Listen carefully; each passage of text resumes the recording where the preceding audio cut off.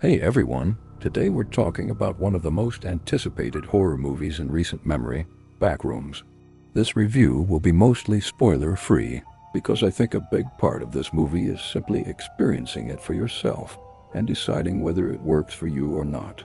If you've spent any amount of time on YouTube or around internet horror communities, you've probably heard of the Backrooms.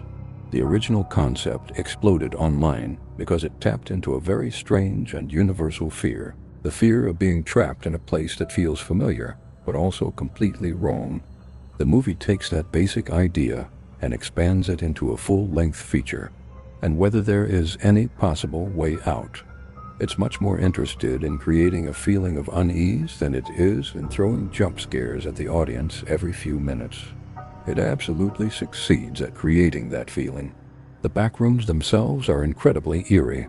Endless yellow hallways, old office spaces, ugly fluorescent lighting, outdated furniture, stained carpets, rooms that seem to go nowhere. Everything feels just a little bit off. It captures that uncanny feeling almost perfectly. The environments feel like places you've somehow been before, even though you know they don't actually exist. Unfortunately, that's also where my biggest problem with the movie begins. I honestly did not enjoy Backrooms nearly as much as I thought I was going to. Yes, each room has little differences. Maybe the furniture is arranged differently. Maybe the layout twists in a bizarre way. But for the most part, you're still looking at yellow office-like spaces with old carpeting and fluorescent lights that never quite look right. They're supposed to feel repetitive. They're supposed to feel endless. The problem is that while the characters are being worn down by the environment, the movie absolutely nails the liminal space aesthetic. I don't think anyone can argue against that. Some shots genuinely feel like they've been pulled directly out of your nightmares. The silence, the buzzing lights, the empty hallways, the impossible architecture. It's all incredibly unsettling. But atmosphere alone can only carry a movie so far. There were multiple points during the movie where I caught myself looking at my watch. Not because I was excited to see what happened next. That's never a good sign. And I don't think that's because the movie is difficult or complicated. I actually enjoy slow burn horror when it's done well. Movies like The Witch or Scarymovies ask for patience, but they constantly build tension underneath the surface. Backrooms, on the other hand, often feels like it's simply repeating itself without adding enough new ideas to justify the repetition. Honestly, I think the Backrooms concept works best in the format where it originally became popular. Short internet videos. A 5-minute YouTube clip showing someone wandering through an endless, impossible office building is fascinating. And unfortunately, I don't think this movie completely solves that problem. The original online videos worked because they left you wanting more. Here you're spending almost 2 hours inside the same general environment, and eventually the novelty starts to wear off. Now, I want to be fair because I genuinely appreciate what this movie is trying to do. Hollywood complains all the time that audiences want something new, and then when someone actually brings a fresh idea to the table, they deserve some credit. There really isn't much else out there quite like Backrooms. It isn't another haunted doll movie, another possession movie, or another generic slasher sequel. This is an original concept that grew out of internet culture and somehow became a major theatrical release. That's honestly pretty incredible, and I hope studios continue taking chances on projects like this. I want filmmakers to think outside the box. I want more experimental horror. I want more weird movies. But originality alone doesn't automatically make something good. For me, Backrooms feels like a fantastic idea that never quite evolves into a fantastic movie. There's been so much hype surrounding this project. Ever since it was announced, people have been talking about it like it was going to redefine modern horror. Maybe that's part of the problem. Maybe my expectations were simply too high. But when push came to shove, I felt like the movie failed to deliver on that promise. Ironically, I think the filmmakers may have realized this themselves. The movie spends so much time building atmosphere and wandering through these endless spaces that eventually it feels like it gets nervous about losing the audience. So instead of doubling down on psychological horror, It slowly starts drifting into something much more familiar. Without getting into spoilers, the film gradually begins to feel more like a slasher movie. You start getting chased. You start getting hunted. The focus shifts from the environment itself to surviving immediate physical danger. And honestly, I don't think that direction works very well. The backrooms are scary because of isolation, because of endless emptiness, because of the feeling that reality itself has broken. The horror comes from being trapped in a place that doesn't make sense, where every hallway looks almost identical and every turn feels wrong. Once the movie starts leaning too heavily into conventional horror mechanics, some of that unique identity gets lost. It almost feels like the movie stops trusting its own premise. Instead of allowing the audience to be consumed by existential dread, it starts throwing more direct threats into the story. And unfortunately, I don't think those threats are particularly effective. In fact, I found them to be some of the weakest parts of the entire film. The shift doesn't make the movie scarier. If anything, it makes it feel more generic. The strange, dreamlike atmosphere that made the first half so interesting slowly gives way to a much more standard horror formula. It's almost like watching two completely different movies stitched together. Then we get to what I think is the movie's biggest weakness, the storytelling. Backrooms raises a huge number of fascinating questions. Who built these places? What exactly are the backrooms? How do people end up there? Can they leave? Are they real physical locations or something else entirely? The movie also introduces some incredibly interesting ideas involving the scientists studying the phenomenon.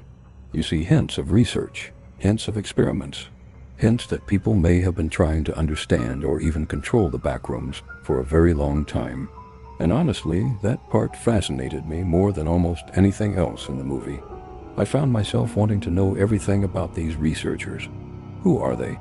How did they discover this place? What exactly are they doing? What are those strange machines? How long has this been going on? The problem is that the movie barely answers any of those questions. And I understand the argument that mystery is the entire point. Some people will say that explaining the backrooms would ruin them. I actually agree with that to a certain extent. You don't need to explain everything, but you do need to explain something. You need to give the audience enough solid information to build theories from. For me, the movie crosses the line where mystery stops being intriguing and starts feeling incomplete. A good mystery gives you pieces of the puzzle and lets you connect them yourself. Backrooms often feels like it simply refuses to hand you any of the pieces at all. You're left staring at an empty table, trying to imagine what the puzzle was even supposed to look like. The world itself never feels fully fleshed out. There are hints, there are suggestions, there are little glimpses of a much larger story happening behind the scenes. But almost none of it is explored in a meaningful way. By the end of the movie, I walked out with 100 questions and almost no answers.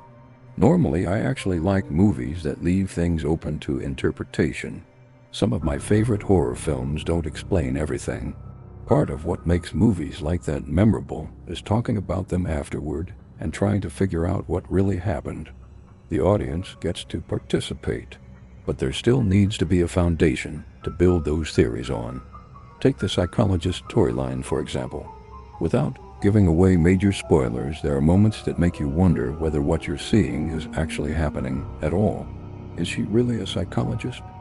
Is she dealing with childhood trauma? Did she somehow create this entire reality inside her own mind? Or is the backrooms a real place that she has genuinely become trapped inside? Then you start asking even bigger questions. Are the other characters actually real? Do they exist outside of her perspective? Are they trapped there with her? Or are they simply fragments of her own imagination? Could the entire movie be taking place inside her head? Honestly, you have no way of knowing. And that's where the movie lost me. Leaving one or two major elements open to interpretation can be brilliant storytelling. Leaving almost everything open to interpretation starts to feel like the writers are avoiding giving concrete answers. At some point, ambiguity stops being clever and starts becoming frustrating. I kept waiting for that one scene that would finally anchor everything together, not explain every mystery, not solve every question. Just give me one solid piece of information that I could use to understand the world. That moment never came. Instead, the credits rolled, and I was left feeling like the movie had barely begun exploring its own ideas. Some people will absolutely love that. They're going to walk out and spend hours creating theories and discussing possibilities online, and that's perfectly valid. But personally, I think good world building requires at least some established rules. You need a framework. You need boundaries. Otherwise, literally any explanation becomes equally valid and the story loses its shape. In the end, I think Backrooms is a movie that succeeds much more as an atmosphere piece than as an actual narrative. It isn't particularly scary, at least it wasn't for me. It's eerie. It's uncomfortable. It's unsettling. But if you're a horror fan expecting to be terrified or sitting on the edge of your seat, I don't think this is that kind of movie. My overall experience was one of admiration mixed with disappointment. I admire the creativity. I admire the originality. I admire the fact that someone took a bizarre internet concept and turned it into a major film. But I also think the execution falls flat. The pacing is too slow, the repetition becomes monotonous, and the story asks far more questions than it ever attempts to answer. So would I recommend watching it? Actually, yes. I think it's worth seeing simply because there really isn't anything else quite like it. Just don't make the same mistake I did and go in expecting the next great horror masterpiece.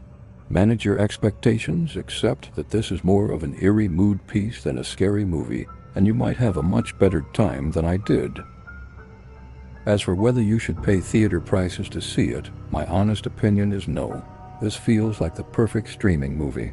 A rainy night at home, lights off, maybe watching it for free with friends and talking about all the weird theories afterward. That's where I think Backrooms works best. For me, it's an interesting experiment, a creative risk, and a movie I'm glad exists, but not one I'd ever feel the need to watch again.